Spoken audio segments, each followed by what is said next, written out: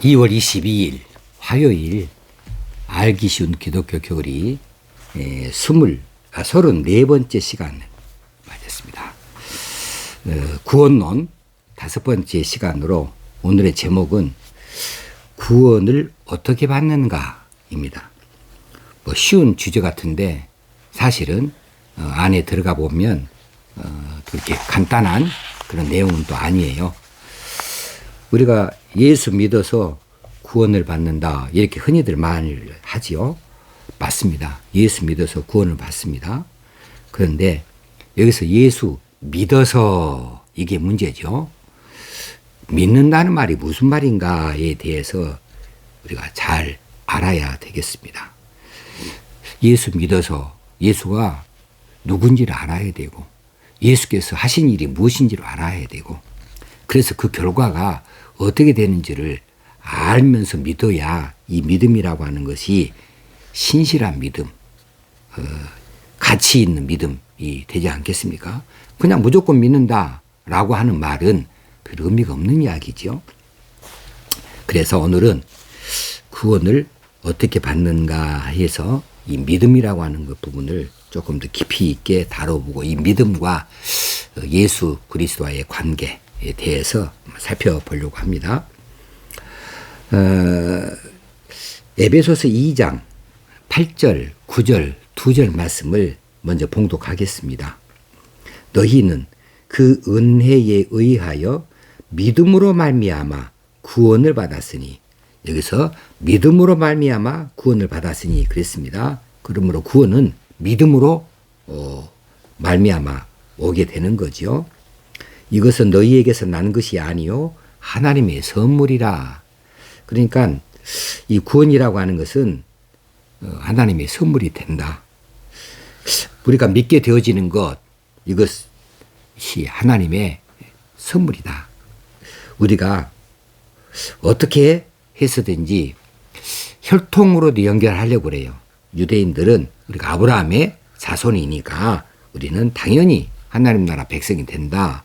이렇게 혈통주의를 말하기도 했고 또 다른 그 이방인들 가운데 예수 그리스도에게 관심이 있었던 사람들 가운데에는 어떤 이들은 자기들의 공로에 대해서 자기들의 어떤 사상과 지식에 대해서 자신하면서 그것을 통하여 예수 그리스도를 알았으니 예수 그리스도가 구주인 줄 알았다. 그래서 구원이 온다.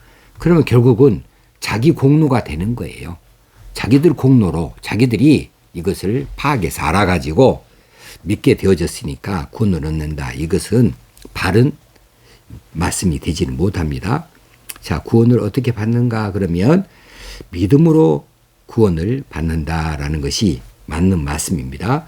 고린도전서 15장 2절에서도 같은 이야기를 말할 수 있겠어요. 너희가 만일 내가 전한 그 말을 굳게 지키고 헛되이 믿지 아니하였으면 그로 말미암아 구원을 받으리라. 헛되이 믿지 아니하였으면 그러면 다시 말하면 제대로 바르게 믿었으면 그로 말미암아 구원을 얻는다는 이야기겠죠. 내가 너희 전한 그 말 이건 복음이죠. 내가 전한 그 말 이건 복음이고 그 말을 굳게 지키고 헛되이 믿지 아니한다. 바르게 믿었다 그러면 그로 말미암아 구원을 받으리라 그랬습니다.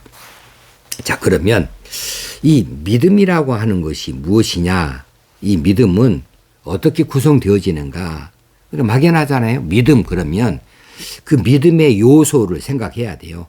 믿음의 요소가 무엇이냐? 그러면 먼저는 지식이 있어야 됩니다. 지식. 그리고 의지도 있어야 돼요. 의지. 그리고 그 안에 순종도 있어야 됩니다. 그리고 그 안에 바라봄, 소망도 있어야 돼요. 이 믿음의 요소가 이 믿음이라는 것이 하나 형성되어질 때에 그냥 아무렇게나 지식적으로 예수를 알아서 그냥 믿으면 된다. 그렇게 해가지고 순종이 뒤따르지 않는다. 그러면 이것도 의미가 없는 거예요. 지식만 가지고는 안 된다는 것이죠. 그러나 지식조차 없으면 예수를 어떻게 우리가 하나님의 아들로 믿을 수 있으며 우리의 구세주라고 믿을 수 있겠습니까? 이 지식은 필수인 것이죠. 믿음의 요소 가운데 믿음이 지식이 필수입니다. 또 한 가지는 의지도 있어야 돼요. 내가 그러므로 어떻게 해야 되겠다. 내가 예수를 믿으니 어떻게 해야 된다라고 하는 그런 의지가 뒤따라야 되죠. 이 의지가 없으면 이 믿음이라고 하는 것이 지식 의존해서 하루아침에 무너질 수도 있지 않겠습니까? 이거 지켜나야겠다. 나아가야 되겠다. 그 다음에 순종도 이제 따라가야겠죠. 그래서 믿음이 요구하는 것들에 순종할 수 있어야 믿는다 이렇게 말하지 않겠습니까? 이런 믿음이 뭐 바라보는 것이 없다. 그러면 믿음이라는 것이 별 의미가 없는 거죠. 바라보는 것이 있죠. 하나님의 자녀가 된다. 천국 백성이 된다. 구원을 받는다. 무슨 소망을 가져야 되죠. 이것을 말할 때에 바라봅니다. 말할 수 있겠어요. 소망. 그래서 믿음의 요소는 지식도 있어야 되고 의지도 있어야 되고 순종도 있어야 되고 소망도 가져야 되고 그러면서 이 믿음을 갖지 아니하면 어떻게 될 것인가 거기에 대한 두려움도 함께 있어야 되죠. 그럴 때에 온전한 믿음의 요소를 다 충족할 수 있겠다 이렇게 볼 수 있겠습니다. 그래서 예수 그리스도를 믿는다 그 말은 예수 그리스도가 어떤 분인가에 대해서 지식적으로 알아야 되고 지식적으로 그분이 우리에게 어떤 어떤 믿음의 삶을 요구하는가 거기를 지켜가겠다고 하는 순종하겠다고 하는 의지가 다 있어야 되고 예수 그리스도가 우리의 구주가 되어져서 내가 앞으로 어떻게 되어질 것인가에 대해서 소망도 품어야 되지 않겠는가. 그리고 만약 이런 믿음이 없다면 예수 그리스도가 아니 계시다면 어떻게 될 것인가 거기에 대한 실패에 대한 그리고 이 하늘 백성이 되지 못한 것에 대한 구원받지 못한 것에 대한 어떤 두려움도 동반해야 제대로 이 믿음의 길로 나아가지 않겠습니까? 그래서 믿음은 이런 것들을 다 쌓아잡아서 한꺼번에 두고서 그것을 충족시키는 그 마음의 자세, 중심 이런 것으로 말할 수가 있겠어요. 자, 믿음은 선포된 복음을 받아들이는 것이다 하고 말할 수 있습니다. 믿음이 뭐냐? 선포되어진 복음을 받아들이는 거다. 이게 복음은 이미 선포되어졌어요. 예수 그리스도가 오신 것 자체가 복음이에요. 예수 그리스도가 구원을 이룬 모든 구원의 그 일들을 하신 것이 다 복음의 과정이에요. 그리고 그분이 부활하시고 승천하셨다. 복음이 완성되어진 거죠. 자, 그러면 이 복음이라고 하는 것은 지난 시간에도 살펴봤지만 복음이 뭐냐 그러면 선포되어진 이 복음이라고 하는 것은 예수 그리스도가 우리를 위해 죽고 부활하셨다라고 말씀을 드렸어요. 이건 고린도전서 15장 1절에서 4절까지 나오는 내용이에요. 이걸 요약해 놓은 거예요. 예수 그리스도 그분이 우리를 위해서 죽고 부활하셨다. 이것이 복음이에요. 그러면 여기에서 예수 그리스도는 또 나뉘죠. 예수와 그리스도로. 예수는 자기 백성을 그들의 죄 가운데서 구원하실 분이다 라고 해서 이 예수는 이름입니다. 이름. 아마 이 이름은 미리서 지어진 이름으로 천사를 통해서 이미 태어나기 전부터 붙여진 이름이 되지 않겠습니까? 그래서 이 예수가 그리스도다라고 하는 거예요. 그리스도는 기름 부음 받은 자, 하나님의 일을 위하여 특별히 선택되어지고 이렇게 지정되어진 자, 이제 기름 부음 받은 자가 그런 뜻이니까. 근데 이 예수가 바로 그런 신분이다. 그리스도라는 신분이다. 메시아라고 하는 신분이다. 이것이죠. 이것이 예수 그리스도이고 그런 의미에서 예수는 주가 되어집니다. 예수는 하나님의 아들이다. 이것을 다 한꺼번에 몰아놓은 이야기가 예수 그리스도예요. 예수는 자기 백성을 그들의 죄 가운데서 구원할 자이시다. 그리고 예수는 바로 하나님의 아들이시다. 예수는 바로 그리스도이시고 메시아이시다. 그런 의미에서 예수는 주이시다. 이렇게 말할 수 있습니다. 그 예수 그리스도가 우리를 위해 우리는 이제 선택되어진 하나님의 자녀로 선택되어진 사람들이죠. 그러나 폭넓게 이야기하면 전 인류가 되겠습니다. 우리를 위해 이 말은 이 대신에 이런 뜻이죠. 나를 대신해서, 우리를 대신해서, 우리를 대표해서 이렇게도 될 수 있고, 또 한 가지, 이 위에는 우리에게 이익을 주시려고, 우리에게 뭔가를 주시려고 위해, 구체적으로는 구원이라고 하는 것을 말할 수 있겠습니다. 그래서 우리를 위해 죽고, 죽음은 죄값을 치르기 위해서 죽으셔야 됩니다. 죄값을 치르는 방법은 딱 하나밖에 없어요. 죽음으로밖에 안 됩니다. 죽음으로만 가능합니다. 죄값을 치르기 위해서 죽고 부활하셨다. 이것은 하나님이 예수 그리스도 그분의 원래 죄가 없음을 아시고 그분을 다시 살려내셨다. 하나님이 살려내셨다. 이것이죠. 자, 그래서 이 선포된 복음이라고 하는 것은 예수 그리스도가 우리를 대신하여, 우리를 대표해서, 우리를 위하여 우리의 죄를 대신 지시고 십자가에서 죽으시고 부활하셨다라고 하는 이야기입니다. 근데 이것이 기니까 확 줄인다면 예수 그리스도가 우리를 위해 죽고 부활하셨다. 이렇게 줄여 놓을 수가 있겠습니다. 자, 그러면 이 예수 그리스도가 이루신 이 구원의 사건들, 이 사건들이 어떻게 우리에게 이루어지느냐 하면 믿음이라는 것을 통해서 이루어진다. 어떤 믿음이냐? 예수 그리스도 그분이 구원을 이루시는 분이시다. 예수 그리스도 그분이 하나님의 아들로서 이 일을 행하신 분이시다. 예수 그리스도 그분이 실제로 이 일을 나타내셨다. 역사 안에 들어오셔 나타내셨다라고 하는 것을 믿는다는 거예요. 믿는다는 거. 그래서 이것을 줄여 놓으면 하나님이 예수 그리스도 안에 이루신 그 구원을 우리가 액면 그대로 받아들여요. 믿음이라고 하는 것으로 받아들여서 우리에게 그 효력이 발생이 되어지는 것, 이렇게 말할 수가 있겠습니다. 자, 이것을 조금 더 학문적으로 다시 정리를 한다면 이 구원이라고 하는 것은 예수 그리스도가 십자가에서 객관적으로 이루어놓으신 구원의 사건을, 객관적이라고 하는 것은 누구나 다 볼 수 있는 것이고 누구나 다가 해당되는 것이에요.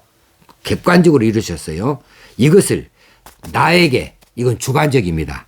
나에게 적용시키는 것, 이건 누가 하시냐면 성령님이 하셔요. 이 다음에 성령론을 공부할 때 그때 또 이 말씀을 다시 반복하게 될 것입니다만은 그것을 성령께서 우리에게 그 일을 하신 거예요. 예수 그리스도가 구원하시기 위해서 하나님의 보내심 받고 이 십자가에서 구원의 사건을 다 감당하셔서 이에 부활하시고 승천까지 하셨는데 그 구원의 사건을 내가 믿음이라고 하는 것, 그 사실을 받아들인다. 내가 믿는다. 그렇게 해서 그 사건이 내게 주관적으로 적용이 된다는 거예요. 구원이 객관적으로 이루신 구원이 내게 객관적으로 이루신 그 구원이 내게 주관적으로 적용이 되어지게 하는 데에 이 믿음이라고 하는 것이 역할을 한다는 거죠. 이 믿음이. 자, 믿음은 뭐라고요? 믿음은 선포되어진 복음을 받아들이는 거예요. 액면 그대로 받아들이는 거예요. 예수가 그리스도다 받아들이는 거예요. 그분이 십자가에서 죽으셔야 나를 대신해서 죽으셨다. 이거 받아들이는 거예요. 그러므로 그분이 내 죄값을 치르셨으니까 나에게는 이제 죄가 없다. 내가 어렵게 되었다. 받아들이는 거예요. 그리고 그분이 부활하셨다. 나도 이제 예수파가 되어졌으니 나도 부활하게 된다. 받아들이는 거예요. 근데 그 믿음의 요소 안에 무엇이 있다고요? 지식이 필요하다고. 그 안에 의지가 필요하다고. 그 안에 이후에부터 어떻게 할 것인가에 대한 순종도, 그 안에는 내가 어떻게 앞으로 된다고 하는 소망도, 이렇게 아니면 나는 어떤 존재가 된다? 버림받은 존재가 된다? 두려움도 함께 이 믿음이라는 그 요소 안에가 다 들어있다고 하는 것이에요. 좀 이야기가 좀 펼쳐져서 되어졌는데, 그런데 이것을 알지 아니하면 우리가 애매해요. 자, 구원 어떻게 받는가? 믿음으로 받는다. 이것까지 쉬운 이야기 어디 있어요? 근데 실제로는 믿음을 뜯어놓고 보니까 그 믿음이 이런 것들이 있더라. 이런 요소가 있더라. 그리고 내가 믿어야 할 것이 무엇이냐? 지식적인 요소가 이것이더라. 예수는 하나님의 아들이니까 나에게 구원을 주실 만한 분이다. 구원을 이룰 만하신 분이다. 그분이 죄인이라면 구원이 안 되죠. 그분이 하나님의 아들이 아니라면 이루어질 수 없는 거죠. 그래서 이 지식의 요소가 다 필요하다는 거예요. 이 믿음, 그 믿음으로 인하여 그분이 이루어 놓으신 이 구원을 내게 적용이 되게 한다라고 하는 사실입니다. 자, 그러면 두 번째로 이 구원 사건이 내게 적용이 되어지고 효력이 발생하게 되어지면 어떻게 되는가? 내게 구원 사건이 내게 적용이 됐어요. 내게 효력이 발생하게 됐어요. 그럼 어떻게 되는가 하면 이 믿음이라고 하는 것이 예수 그리스도와 나 사이를 하나 되게 합니다. 연합이 되게 합니다. 내가 그것을 믿음으로 그분이 십자가에서 죽으셨는데 내가 십자가에서 죽은 거나 다름없는 거예요.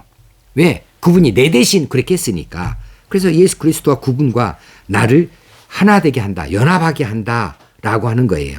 그래서 그 결과로서 그 믿음에 의해서 내가 그리스도의 됨됨에 참여한다. 여기서 됨됨이라고 하는 것은 그분이 어떤 분인가에 참여하게 된다는 거예요.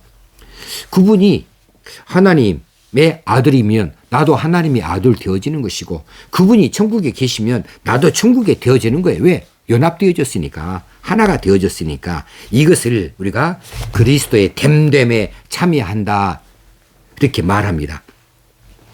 그래서 예수 그리스도 그분이 어떤 분인가, 그것이 곧 내가 어떤 사람이 되는가 하고 같아지는 거예요. 예수 그리스도 그분이 어떤 분이냐 하면 하나님의 아들이시다. 그러면 나도 하나님의 아들이에요. 근데 이건 성경에서 이미 예수님께서 말씀하셨잖아요. 이제는 너희를 내가 종이라 하지 아니하겠다. 종은 주인이 하는 일을 알지 못한다. 이제 너희는 내가 형제라 하겠다. 친구라 하겠다. 그것은 다 알게 된다는 거예요. 그래서 우리가 하나님의 아들 되는 거예요. 예수님만 하나님의 아들이고 우리는 하나님의 아들이 아닌 것이 하나님 아들이다. 왜? 예수님이 하나님의 아들이면 나도 하나님의 아들 되는 거예요. 왜? 내가 믿었기 때문에, 그분을 믿었기 때문에 하나가 됐다. 연합되어졌기 때문에. 그리고 그분이 하신 이 일에 내가 참여하게 되어진다. 그분이 십자가에 죽으셨다. 내가 죽은 거예요.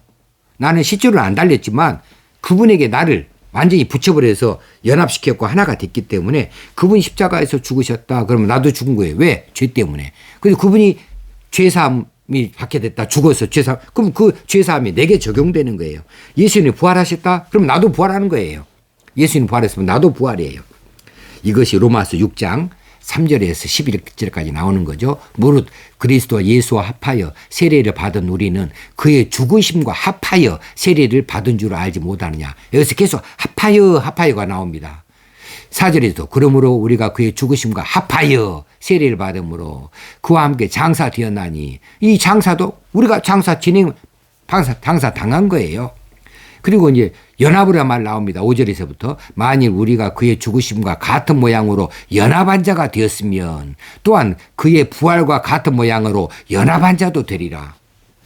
자, 구원 사건이 우리에게 적용이 되어지고 효력이 발생하게 되어지면 이렇게 되어진다는 사실입니다. 믿음이라고 하는 것이 그리스도와 우리 사이를 연합시킨다. 하나 되게 한다. 믿음이라고 하는 것에 의해서 우리가 그리스도의 됨됨에 참여하게 되어진다. 그리스도가 하신 일에 나도 참여하게 되어진다. 똑같이 적용이 되어진다라고 하는 거예요.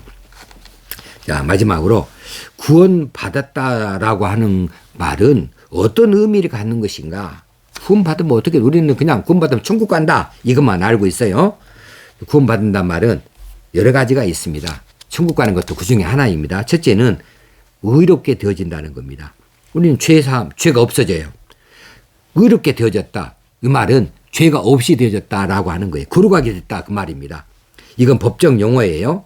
법정에서 이제 재판관이 너는 죄 없어 이렇게 선언하는 것이 의롭게 되어지는 거예요. 하나님께로부터 우리가 너 죄 없다라고 그렇게 선언받게 되어지는 것이 우리가 의인 되어졌다, 의롭게 되어졌다라고 하는 겁니다. 원래는 우리가 하나님 앞에 죄를 지었잖아요. 죄는 뭐라고요? 사람이 하나님에 대하여 옳지 않은 태도를 취하는 거다. 이것이 죄다 그랬는데 하나님과 옳지 않은 태도를 가지고 죄를 지어서 하나님과 관계가 단절되어졌어요. 그런데 이제는 그 죄를 용서받게 되어져서 하나님과 올바른 관계를 형성하게 됐다. 올바른 관계를 갖겠다. 죄 없는 사람만 하나님과 올바른 관계가 유지되는. 왜? 죄 때문에 이 단절되어졌으니까. 죄 없으면은 단절되어진 관계가 회복이 되어지죠. 이것을 로마서에서는 화해다 그래요. 화해하게 됐다. 자, 믿음으로 의롭다 함을 받았으면 그러면 뭐가 없어요? 정죄가 없다. 우리를 이 죄를 따지는 것이 없다는 거예요. 정죄가 없다. 이것입니다. 자, 그러면 의인 되어지는 것이 왜 구원이냐라고 하면은 죄로 인하여서 우리가 이처럼 세상에 죽음이 오게 되어지고 이 죄로 인하여서 우리가 하나님과의 관계가 단절되어지고 죄로 인하여서 우리가 불행하게 되어졌는데 이 죄로부터 이제 벗어나게 되어졌으니까 그러니까 모든 불행에서 해방이 되어지고 하나님과의 관계가 회복이 되어지고 이제 하나님의 무한하신 그런 자원을 공급받을 수 있게 되어지고 하나님의 무한한 힘과 능력을 덧입는 존재가 되어졌으니까 그러니까 구원이죠. 우리는 구원받았다. 두 번째는 화해되어졌다. 하나님과 적대 관계가 이제 아니다는 거예요. 하나님과 사이에서 이제는 하나님을 더 이상 두려워할 일이 없고 또 하나님께서 우리를 저주하실 일도 없고 하나님 우리 사가 죄의 문제로 얽혀 있고 단절되는데 장막이 있었는데 이 장막도 다 이제는 거쳐지게 되어졌다. 이 장벽도 무너지게 됐다. 그래서 하나님과 이제 새로운 관계로 화해하게 되었다. 세 번째는 아들됨입니다. 아들됨. 이건 입양되어졌다 이렇게 말하는데 아들 됐다. 이제는 하나님의 선택된 약속의 백성으로서 하나님의 아들로 불리워지게 됐어요. 그래서 우리가 하나님을 향하여 이전에 부르지 못한 이름을 부릅니다. 아빠 하고 부릅니다. 이 아빠라고 하는 것이 히브리어로 아바예요. 아바, 아버지. 근데 아버지보다도 이 아바라는 말은 아버지보다도 좀 애칭으로서 아빠라는 번역이 더 가까워요. 그래서 하나님을 아바 아버지라 부른다 했는데 그것은 아빠라고 부른다 했으니 얼마나 귀여운 아들입니까? 그래서 하나님과 우리 사이가 이제 아버지와 아들의 관계로 되어지는데 왜 아들이냐? 딸이 아니고 아들이냐? 아들이 상속권을 갖잖아요. 상속권. 그래서 하나님이 가지신 것이 우리 것이 돼. 하나님이 가진 천국이 우리 것이 되어져요. 자, 이런 풍성한 삶을 질적으로 시간적으로 가지게 돼서 이전의 삶하고는 완전히 전혀 다른 삶으로 우리가 살게 되어진다. 그래서 아들 되면 하나님의 아들 된다. 이거 기가 막힌 사실입니다. 구원받아서 우리가 하나님의 아들 되는 거예요. 자, 마지막 네 번째로는 새로운 피조물이라. 이건 고린도 5장 17절에 나와 있죠. 고린도후서 5장 17절 이제는 새로운 피조물이라. 이전 것이 지나갔으니 보라 새롭게 되었다 이렇게 하잖아요. 자, 옛 존재는 이미 이 하나님께로부터 우리가 다 끝났어요. 청산이 되어졌어요. 옛 존재는 이 사람은 다 청산 되어졌습니다. 이제는 새로운 피조물로서 예수 그리스도 십자가 구속의 공로로 인하여서 이제는 우리가 그것을 믿음으로 새로운 피조물이 되어졌으니까 이제는 하나님의 자녀로서 하나님의 아들로서 이제는 이 하나님과 화해한 자가 되어져서 이제는 우리가 의인 되어져서 새로운 피조물로 살게 되어진다. 하나님을 의존하고 하나님께 순종하는 이런 올바른 관계가 형성되어지고 그렇게 할 수 있는 존재로 새로 출발하게 되어졌다는 사실을 이 구원이라는 거 안에 다 담겨 있습니다. 자, 오늘은 구원에 대해서 다시 한번 살펴봤습니다. 구원받은 백성으로 오늘 또 축복된 하루를 사실 수 있게 되어지기를 주의 이름으로 축원합니다. 감사합니다.